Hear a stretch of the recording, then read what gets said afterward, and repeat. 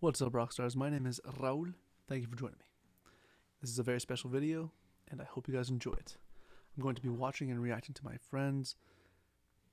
Well, he's going to be teaching us a little bit on them. His name is Pham, and I can't wait to actually upload this and share this with you guys. I've been wanting to do this for a while, so here it is. Quick little shout out to my brother for helping me set up my stream and to help me set up this whole, setup here for myself. So I get to finally create some product and some content for you guys, so here it is.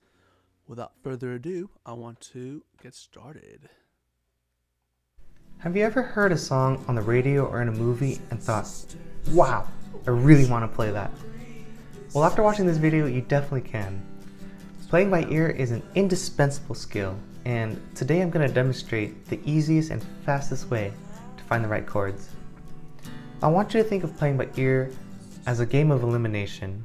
As we continue to listen to a song, narrow down the option of notes that you can play on the keyboard, because not all scales, keys, tones, and chords will work with the song, unless you really want to jazzify it. Now throughout this video, I'm going to try to play by ear an original song by my good friend Raul who was kind enough to let me use it. I'll leave a link to his music in the description below. Now, let's get started. Before we find the chords, we have to find the key, and before we find the key, we should find what I call the quality of a song. Luckily, we only have two options, major or minor. Now, determining the quality of a song will cut down our potential scales in half. Keep in mind a song can have both major and minor chords, but the overall quality will usually lean towards one or the other.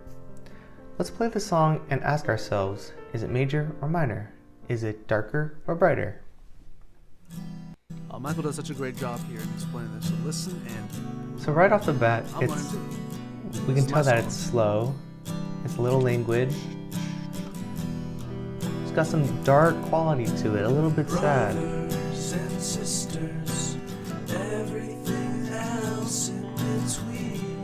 So, because of everything I just said and how I described the song, I would consider this a minor song. The quality is minor. Alright, next up, Correct. Let's find the key. He's always correct. After determining the quality, you can now find the key. This will determine what grouping of chords we can choose from.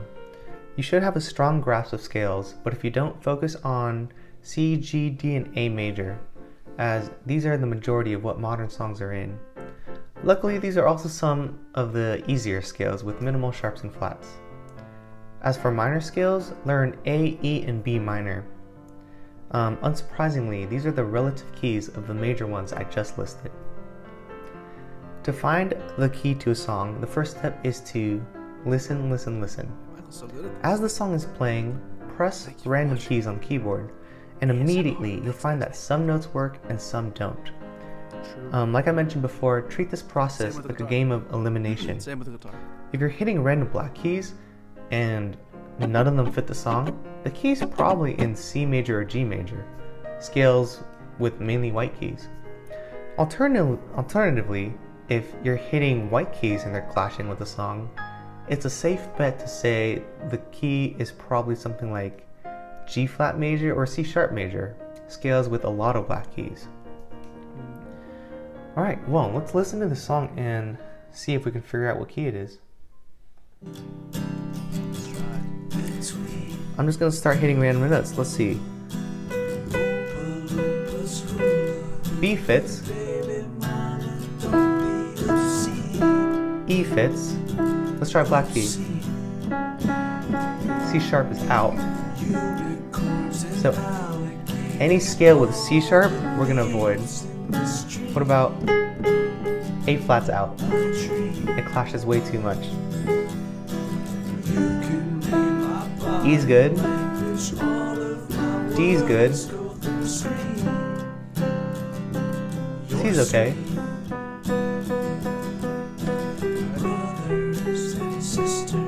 F sharp works sometimes. Thank you, Michael. So clean.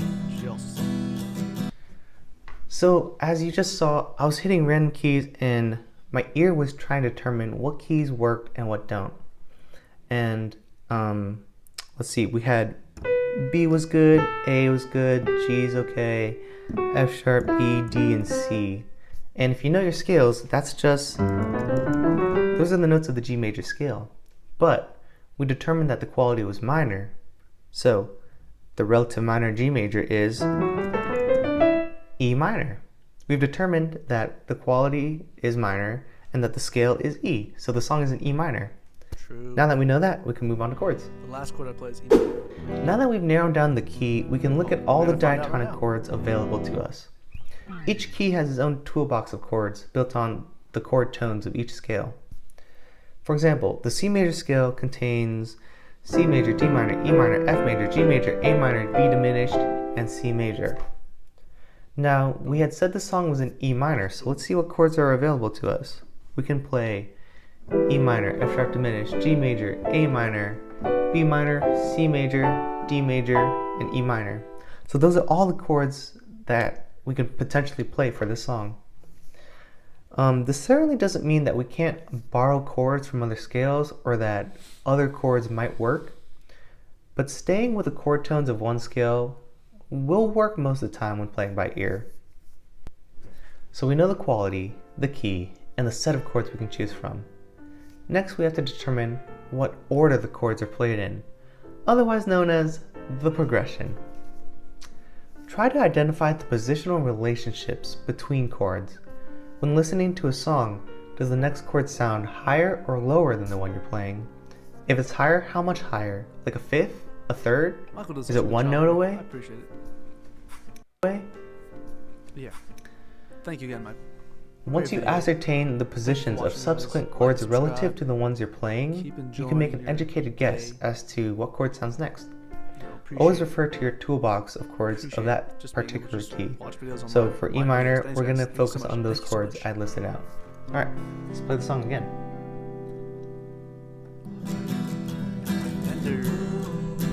So that first chord. First chord's a C major-ish.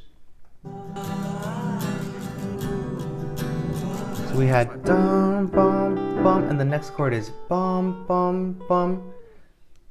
For if you're really listening, you would know that it sounds lower than that C. So we have the C dum bum, and the next chord is bum bum bum, but it's not too much lower. So I'm gonna try one note away, and there it is. It's a B minor. What's next? True. Very true. We go bum bum bum bum bum bum. If you listen, you can identify that it's going back up, but not by far, by one note again. So I'm pretty sure it's another C major. So we have C major going down and then going up, but maybe a variation. C major 9. Alright, what's the next chord? Bum bum bum bum bum bum bum bum. It's going up. Bum bum bum bum. But again, not by much. So let's go up just by like a couple notes. Bum bum bum bum bum bum, and we have E minor now. So now we have the chord progression. Let's play along with the song.